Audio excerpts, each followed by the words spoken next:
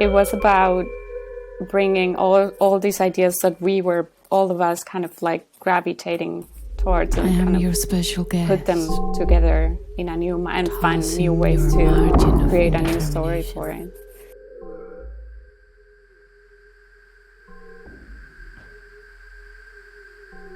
It was this process of conceptualization. No, I think we first started sharing all the influences, all kind of images and music and films, and we started to create this common world. This is when I started to read the book of Mallorca Mágica, and I started to feel like we could work with all these elements of stories from Mallorca that we could somehow shift into a new way of looking at it, or something like that, from the view of from the lens, I guess, of a science fiction story. And specifically to Judith's, I thought about like, how can we somehow trigger the way that she engages in this project by thinking about the body in a different way. The way she would move her body, that would be completely different than the way she would move it in a different context. So I guess for Judith, maybe this is what we gave Judith, and then Judith came with her concept after that. No, y bueno, la verdad es que ha sido muy curioso a nivel de todo lo que ha sido el trabajo de la danza, porque a pesar de hacer un trabajo previo en casa antes de empezar el rodaje y de ir a las localizaciones, al estar allí in situ en los lugares, de pronto pues había como ese magnetismo que también aparece en el texto, pues ocurría también en el lugar, ¿no? Y por mucho que hubiese como pautado mucho toda la parte de coreografía, al final ha habido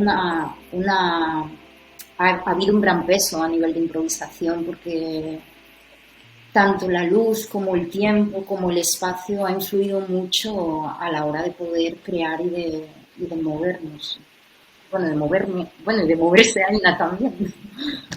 Yeah, she's saying that it was interesting regarding movement and dance, because even though she started to work at home, when then Aina and Judit moved to the locations, the stuff that she was developing at home created a contrast with these very powerful places with a lot of energy and magnetism, this magnetism that as such appears in our story, so she couldn't ignore this, so she had to let herself go, and this generates the role of improvisation, so she had to react and improvise with the spaces.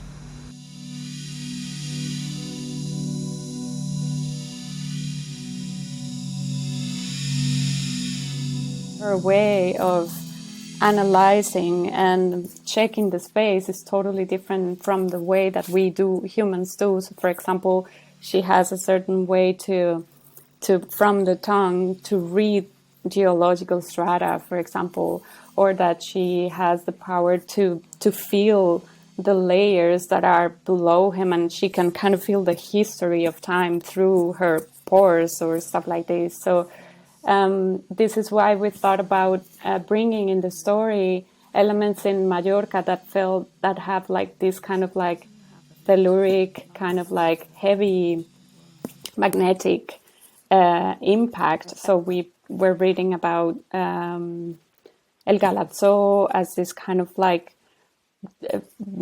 mountain that has some weird phenomena that is being documented, that happens like once a year. It's full of snakes, or all these things that we took as something that only Judith could still feel, but it doesn't affect humans anymore, as if it was something that already happened in the past, that some other type of consciousness created something, an anomaly, like in this space. So we're thinking about, stuff like this, like Litica is an example of that. And spaces that have magnetism, vortexes, and circular spaces, and all these kind of imageries that we thought would contribute to this idea of just thinking about time differently. There is this interesting contrast between this sort of sardonic attitude that Preta has with the ways in which humans produce knowledge, produce mythology, understand time, and her movement, her direction, her attraction towards this process of stratification comes through an area which is the way in which we exploited geological resources, natural resources, because it's the extraction of rocks. And it's one of the most weird and obscure moments of music in the piece.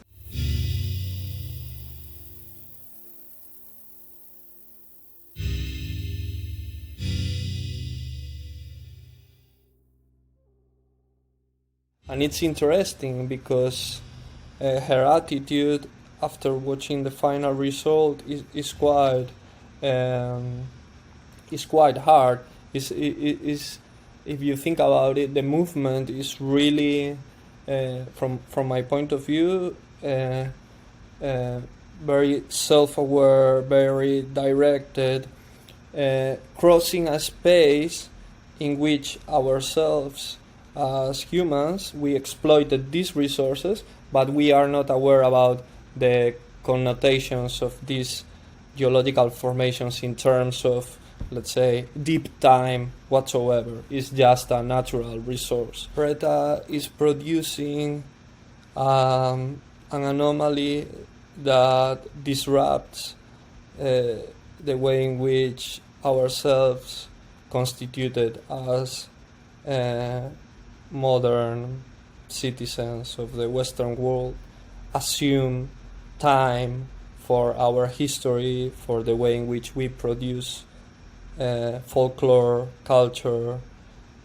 the idea of, mythology, and this is quite irrelevant in terms of bigger frames of references.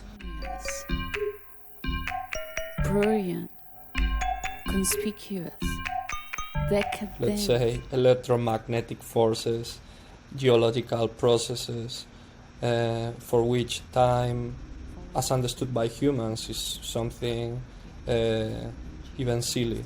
All of us are somehow exploring in different ways, like all these ideas about time is something that I personally have been exploring for a long time in my work, in the lyrics that I write, in my relationship to geology and all that. And I feel like we could just amplify those ideas in this audiovisual way that I feel was so, powerful with putting together all these elements that we contributed.